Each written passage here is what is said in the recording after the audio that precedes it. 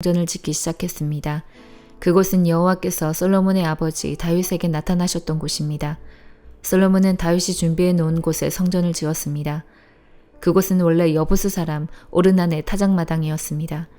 솔로몬이 성전을 짓기 시작한 때는 그가 이스라엘을 다스린 지 4년째 되던 해에 둘째 달 2일이었습니다. 솔로몬이 지은 하나님의 성전의 규모는 이러합니다. 성전은 길이가 60규빗, 너비가 20규빗이었습니다. 성전 앞 현관은 길이가 20규빗, 높이가 20규빗이었습니다. 솔로몬은 현관 안쪽 벽을 순금으로 입혔습니다. 솔로몬은 성전 본당 벽에 잣나무 판자를 대고 순금으로 입히고 종려나무와 금사슬 모양을 새겼습니다. 그리고 보석으로 성전을 아름답게 꾸몄습니다. 금은 바르와임에서 가져온 것을 썼습니다. 솔로몬은 성전의 들보와 문지방과 벽과 방들에 금을 입혔습니다. 그리고 벽에는 그룹들을 새겼습니다. 그런 다음에 솔로몬은 지성소를 만들었습니다. 그 방은 길이가 20규빗이고 너비도 성전 너비와 마찬가지로 20규빗이었습니다. 솔로몬은 그 벽에 순금 600달란트를 입혔습니다. 그 방에 쓴 금못의 무게도 50세겔이나 되었습니다. 솔로몬은 다락방들도 금으로 입혔습니다. 솔로몬은 지성소 안에 두 그룹 형상을 만들어 금으로 입혔습니다. 두 그룹은 날개를 펴고 있었는데 그 길이를 합하면 20규빗이었습니다. 한 그룹의 한쪽 날개가 성전 벽에 닿았는데 그 길이가 5규빗이었고 다른 쪽 날개는 다른 그룹의 한쪽 날개 끝에 닿았는데 그 길이도 5규빗이었습니다. 다른 그룹의 한쪽 날개도 성전 벽에 닿았는데 그 길이가 5규빗이었고 첫 번째 그룹의 날개 끝에 나머지 다른 쪽 날개가 닿았는데 그 길이도 5규빗이었습니다. 그래서 두 그룹의 날개 길이는 모두 20규빗이 되었습니다. 두 그룹은 본당 쪽을 바라보고 서 있었습니다. 솔로몬은 파란색 실과 자주색 실과 빨간색 실 그리고 값비싼 모시로 휘장을 만들고 거기에 그룹 모양을 수놓았습니다. 솔로몬은 성전 앞에 기둥 둘을 세웠는데 각 기둥의 높이는 35규빗이었습니다. 각 기둥 위에는 높이가 5규빗 되는 기둥 머리가 놓여져 있고 기둥 머리를 장식할 둥근 사슬이 만들어져 기둥 머리 위에 덮여 있었습니다. 또 석류 모양 100개를 만들어서 둥근 사슬에 달았습니다. 솔로몬은 이 두 기둥을 성전 현관에 세웠습니다. 한 기둥은 남쪽에 세웠고 다른 기둥은 북쪽에 세웠습니다. 남쪽 기둥의 이름은 그가 세우다라는 뜻의 야긴이고 북쪽 기둥의 이름은 그에게 힘이 있다라는 뜻의 보아스입니다. 역대하 4장. 솔로몬은 놋제단을 만들었습니다. 놋제단은 길이가 20규빗, 너비가 20규빗, 높이가 10규빗이었습니다. 그리고 나서 솔로몬은 놋을 녹여서 바다라고 부르는 커다란 그릇을 만들었습니다. 바다는 지름이 10규빗, 깊이가 5규빗, 둘레가 30규빗이었습니다. 그 가장자리 아래로는 빙 둘러가며 황소 모양을 새겼습니다. 그것은 놋을 녹여 그릇을 만들 때에 같이 만든 것입니다. 이 놋그릇은 놋황소 12마리의 등 위에 올려져 있었습니다. 3마리는 북쪽을 바라보고 3마리는 서쪽을 바라보고 3마리는 남쪽을 바라보고 3마리는 동쪽을 바라보고 있었습니다. 그릇의 두께는 손바닥 너비만 했습니다. 그 가장자리는 잔의 테두리 같기도 하고 나리꽃 같기도 했습니다. 그 그릇은 물 3000바트를 담을 수 있었습니다. 그리고 나서 솔로몬은 씻기 위한 물통 10개를 만들어 5개는 성전 남쪽에 5개는 성전 북쪽에 두었습니다. 그 물통들은 태워드리는 제물인 번제물을 씻기 위해 사용되는 것들입니다. 제사장들은 바다라고 부르는 커다란 놋그릇에 손을 씻었습니다. 솔로몬은 또 하나님이 지시하신 대로 금등대 10대를 만들어 5개는 성전 남쪽에 5개는 성전 북쪽에 두었습니다. 상도 10개를 만들어 5개는 성전 남쪽에 5개는 성전 북쪽에 두었습니다. 또한 금대접 100개도 만들었습니다. 솔로몬은 제사장의 뜰과 큰 뜰과 뜰의 문을 만들었습니다. 그리고 그 문을 놋으로 입혔습니다. 바다라고 부르는 커다란 놋그릇은 성전 남쪽 남동향에 두었습니다. 후람은 속과 부삽과 작은 그릇들도 만들었습니다. 마침내 후람은 솔로몬 왕이 만들라고 한 것을 다 만들었습니다. 후람이 하나님의 성전을 위해 만든 것들은 두 기둥과 두 기둥 꼭대기에 얹은 그릇 모양의 기둥 머리 둘, 기둥 머리를 덮는 둥근 그물 둘과 둥근 그물을 두 줄로 장식한 놋석류 400개와 받침대와 받침대 위에 놓을 대야와 바다와 바다를 받치는 노소 12마리와 솥과 부삭과 고기 갈고리와 작은 그릇과 여호와의 성전에서 쓸 온갖 접시들이었습니다. 후람이 솔로몬 왕을 위해 만든 것은 모두 번쩍이는 노스로 된 것이었습니다. 솔로몬 왕은 이 모든 것을 숫꽃과 스레다 사이에 있는 요단강 가까이에서 진흙 틀에 부어서 만들게 했습니다. 만든 것이 너무 많았기 때문에 솔로몬은 그것들의 무게를 달아보지 않았습니다. 그래서 놋의 무게가 모두 얼마인지 알 수가 없었습니다. 솔로몬은 성전을 위해 금으로도 여러 가지 물건을 만들게 했습니다. 그 물건들은 금제단과 상위에 쌓아두는 빵인 진설병을 차려놓는 금상과 지성소 앞에서 규례대로 불을 켤 순금 등잔대와 그 등잔, 순금으로 만든 꽃장식, 등잔, 부젓가락과 순금 부집개, 순금 잔, 순금 숟가락, 불 옮기는 접시, 그리고 성전의 맨 안쪽 지성소의 문짝과 성전 본당의 문짝이었습니다. 생각해 보십시오. 하나님께서는 우리를 너무나 사랑하셔서 우리를 그분의 자녀라고 불러주셨습니다. 이제 우리는 정말로 그분의 자녀입니다. 그러나 세상 사람들은 우리를 이해하지 못합니다. 왜냐하면 그들은 하나님을 모르기 때문입니다. 사랑하는 친구들이여, 우리는 분명한 하나님의 자녀입니다. 우리가 아직은 미래의 어떤 모습으로 있게 될지 알 수 없지만 그리스도께서 다시 오실 그때에는 우리의 모습이 그와 같을 줄을 알고 있습니다. 우리는 그분의 참모습을 보게 될 것입니다. 예수 그리스도는 깨끗하신 분이십니다. 적어도 그리스도 안에서 이러한 소망을 가지고 있는 사람이라면 그리스도와 같이 자기 자신을 깨끗하게 지켜야 할 것입니다. 죄를 짓는 자는 하나님의 법을 깨뜨리는 사람입니다. 죄를 짓는다는 것은 하나님의 법을 어기며 사는 것과 같습니다. 여러분도 알고 있는 것처럼 그리스도는 죄를 없애기 위해 오셨으며 그리스도께서는 죄가 없으십니다.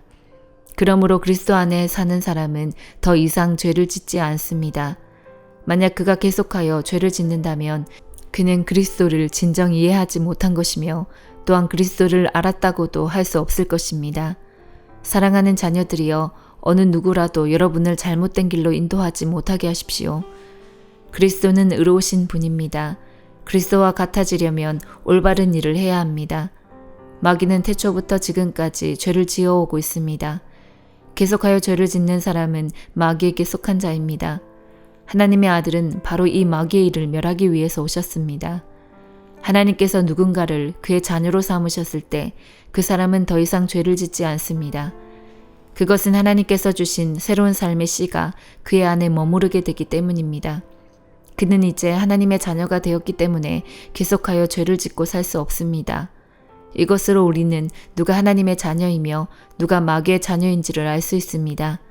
올바른 일을 행하지 않는 사람은 하나님의 자녀가 아닙니다. 그리고 자기 형제를 사랑하지 않는 사람도 하나님의 자녀가 아닙니다. 여러분이 처음부터 들어온 말씀은 우리가 서로 사랑해야 한다는 것입니다. 악한 자에게 속했던 가인과 같이 되지 마십시오. 가인은 자기 동생을 죽였습니다. 자기 동생을 죽인 이유는 자기는 악한 일을 했고 동생은 선한 일을 했기 때문입니다. 형제 여러분, 이 세상 사람들이 여러분을 미워할 때 놀라지 마십시오. 우리는 죽음을 벗어나 생명으로 옮기웠음을 알고 있습니다. 우리는 이것을 그리스도 안에서 우리 형제들을 서로서로 사랑함으로써 알 수 있습니다. 서로 사랑하지 않는 사람은 죽음 가운데 거하는 사람입니다. 자기 형제를 미워하는 사람은 누구나 살인자입니다. 여러분도 아시다시피 살인자에게는 영원한 생명이 있을 수 없습니다. 예수님께서 우리를 위하여 그의 생명을 주심으로써 우리는 진실한 사랑이 어떠한 것인지를 알게 되었습니다. 그러므로 우리도 우리 형제를 위하여 우리 생명을 내어줌이 마땅합니다. 어떤 한 믿는 사람이 자기가 필요로 하는 것은 다 가질 수 있을 만큼 부자라고 합시다. 만약 그가 가난하고 필요한 것들을 갖지 못한 형제를 보고도 그 형제를 돕지 않는다면 어떻겠습니까? 그는 마음속에 하나님의 사랑이 없는 사람일 것입니다. 자녀들이여, 우리는 말로만 사랑하는 사람이 되어서는 안 됩니다. 우리의 사랑은 진실되어야 합니다. 그리고 우리는 행함으로써 그 사랑을 보여야 할 것입니다. 이를 통해 우리가 진리에 속하였음을 알 수 있게 되며 하나님 앞에서도 평안할 수 있게 됩니다. 우리의 양심이 우리를 책망하는데 우리의 양심보다 크시며 또한 모든 것을 아시는 하나님께서는 얼마나 더 우리를 책망하시겠습니까? 사랑하는 친구들이여, 만약 우리가 양심의 가책을 받지 않는다면 우리는 아무런 두려움 없이 하나님 앞에 나아갈 수 있을 것입니다. 그리고 하나님은 우리가 구하는 것들을 우리에게 주실 것입니다. 우리가 이러한 것들을 받을 수 있는 것은 우리가 하나님의 명령을 지켰고 하나님이 기뻐하시는 일들을 했기 때문입니다. 하나님께서 명령하신 것은 그의 아들 예수 그리스도의 이름을 믿고 그분이 우리에게 명령하신 대로 서로 사랑하는 것입니다. 하나님의 명령을 지키는 사람은 하나님 안에서 살게 되고 하나님도 그 사람 안에 거하시게 됩니다. 하나님께서 우리 안에 거하신다는 사실을 어떻게 알 수 있습니까? 우리는 그것을 하나님께서 우리에게 주신 성령으로 알 수 있습니다. 길을 잘 살펴라. 네 허리를 튼튼히 하고 있는 힘을 다해 지켜라. 파괴자들이 하나님의 백성을 약탈하고 그 포도나무를 망쳐 놓았지만 여호와께서 야곱 백성을 이스라엘 백성처럼 회복시켜 주실 것이다. 적군이 붉은색 방패를 들었다. 그들의 주홍색 갑옷을 보아라. 공격용 전차들의 씌운 쇠붙이가 번쩍이고 소나무 창이 그들 머리 위로 흔들린다. 전차들이 거리를 내달리고 성 광장에서 이리저리 달린다. 그 모양이 횃불 같고 달리는 모습이 번개 같다. 왕이 장교들을 부른다. 그들은 쓰러질 듯 급히 성벽으로 달려가 방어 태세를 갖춘다. 그러나 때는 늦었다. 강의 수문이 열리고 왕궁이 허물어진다. 니느웨 백성은 사로잡혀 끌려간다. 여종들은 비둘기처럼 신음하고 슬픔에 쌓여 자기 가슴을 친다. 니느웨는 옛적부터 연못과 같았으나 이제 물이 빠져나가고 있다. 사람들이 멈추어라 멈추어라 하고 소리 지르지만 아무도 돌아오지 않는다. 은을 빼앗아라, 금을 빼앗아라. 보물이 끝도 없이 많다. 값진 것들이 쌓여있다. 니느웨는 털리고 망하고 폐허가 되었다. 백성들은 공포로 마음이 녹아내리고 무릎이 후들거린다. 사람들이 하얗게 질린 얼굴로 떨고 있다. 사자들의 굴이 어디에 있느냐? 사자들이 새끼를 먹이던 곳이 어디에 있느냐? 수사자와 암사자와 새끼 사자가 마음대로 드나들던 곳이 어디에 있느냐? 그들이 두려워하지 않던 곳이 어디에 있느냐? 수사자가 새끼들과 암컷에게 주려고 먹이를 많이 잡았다. 잡아온 먹이로 굴을 가득 채우고 갈기갈기 찢은 고기로 사자굴을 가득 채웠다. 니느웨야, 내가 너를 치겠다. 만군의 여호와의 말씀이다. 네 전차들을 불살라 연기와 함께 사라지게 하고 네 젊은 사신들을 칼로 죽일 것이다. 내가 네 먹이를 땅에서 끊으리니 네가 보낸 사신들의 목소리가 다시는 들리지 않을 것이다. 잃지 말아야 할 것을 가르치시기 위해 제자들에게 비유를 말씀하셨습니다. 어떤 마을에 하나님을 두려워하지 않고 사람들을 무시하는 재판관이 있었다. 그 마을에 과부가 한 명 있었다. 그는 재판관을 찾아가서 말하였다. 내 원수를 갚아주십시오. 그 재판관은 한동안 그의 간청을 들어주려고 하지 않았다. 그러나 얼마 후에 속으로 중얼거렸다. 내가 하나님을 두려워하지 않고 사람을 무시하지만 이 과부가 나를 귀찮게 하니 그의 간청을 들어주어야겠다. 그렇지 않으면 계속 와서 나를 괴롭힐 것이다. 주께서 말씀하셨습니다. 이 불의한 재판관이 말한 것을 들으라. 하나님께서 밤낮 부르짖는 하나님의 선택된 백성들의 간청을 듣지 않으시고 오랫동안 미루시겠느냐. 내가 너희에게 말한다. 하나님께서 속히 그의 백성들에게 정의를 베푸실 것이다. 그러나 인자가 올 때 이 세상에서 이 믿음을 발견할 수 있겠느냐. 자기가 의롭다고 생각하고 다른 사람을 멸시하는 사람들에게 예수님께서 이런 비유를 말씀하셨습니다. 두 사람이 기도하려고 성전에 올라갔는데 하나는 바리새파 사람이고 하나는 세리였다. 바리새파 사람이 서서 이렇게 기도하였다. 하나님, 저는 다른 사람, 즉 사기꾼, 죄인, 간음을 행하는 자와 같지 않고 이 세리와 같지 않은 것에 감사를 드립니다. 저는 일주일에 2번씩 금식하며 모든 수입의 11조를 바칩니다. 한편 세리는 멀리 서서 감히 눈을 들어 하늘을 보지도 못하고 다만 가슴을 치며 말했다. 하나님, 이 죄인을 불쌍히 여겨주십시오. 내가 너희에게 말한다. 이 사람이 저 바리새파 사람보다 의롭다는 인정을 받고 집으로 돌아갔다. 누구든지 자기를 높이는 사람은 낮아지고 자기를 낮추는 사람은 높아질 것이다. 사람들이 예수님께서 만져주시기를 원하여 어린 아이들을 데리고 왔습니다. 제자들이 이를 보고 그들을 꾸짖었습니다. 그러나 예수님께서 그들을 부르시고 말씀하셨습니다. 어린 아이들이 내게로 오는 것을 막지 마라. 하나님 나라는 이런 어린 아이들의 것이다. 내가 진정으로 너희에게 말한다. 어린아이와 같이 하나님 나라를 받아들이지 않는 사람은 하나님 나라에 들어갈 수 없다. 어떤 지도자가 예수님께 선한 선생님, 영생을 얻으려면 무엇을 해야 합니까? 라고 물었습니다. 예수님께서 대답하셨습니다. 왜 나를 선하다고 하느냐? 선한 분은 오직 하나님 한 분뿐이시다. 너는 계명들을 알고 있다. 간음하지 마라, 살인하지 마라, 도둑질하지 마라, 거짓 증언하지 마라, 네 아버지와 어머니를 공경하여라. 그가 대답했습니다. 이 모든 것을 저는 어려서부터 다 지켜왔습니다. 예수님께서 이 말을 들으시고 그에게 말씀하셨습니다. 너에게 아직도 부족한 것이 하나 있다. 네 재산을 다 팔아 가난한 사람들에게 나누어 주어라. 그러면 하늘에서 보화를 얻을 것이다. 그리고 와서 나를 따르라. 이 말씀을 듣고 그는 몹시 근심하였습니다. 왜냐하면 그는 큰 부자였기 때문입니다. 예수님께서 그를 보시며 말씀하셨습니다. 부자가 하나님 나라에 들어가는 것이 참으로 어렵다. 부자가 하나님 나라에 들어가는 것보다 낙타가 바늘 구멍으로 지나가는 것이 더 쉽다. 사람들이 이 말씀을 듣고 말했습니다.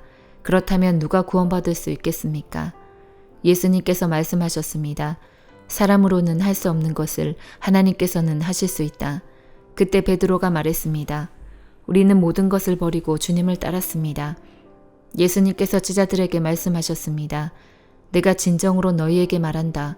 하나님 나라를 위해 집이나 아내나 형제나 부모나 자녀를 버린 사람은 이 세상에서 여러 배로 받을 것이요 또한 오는 세상에서 영생을 얻을 것이다.